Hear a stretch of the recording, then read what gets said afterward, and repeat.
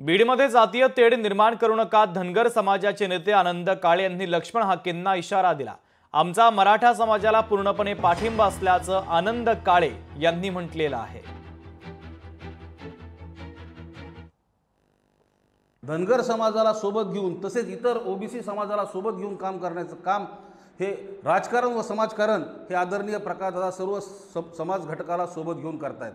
आपण त्यांच्याबद्दल टीका करणं हे अशोभनीय आहे। आपण पश्चिम महाराष्ट्रातून सांगलीकडून येता आणि इकडे आमच्या इकडे येऊन दोन समाजात तेढ निर्माण करण्याचं काम आपण करताय।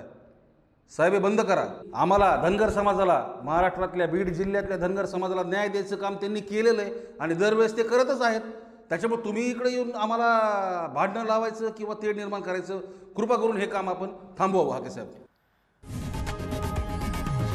लोकशाही मराठी ऐका, पहा, जागरूक रहा।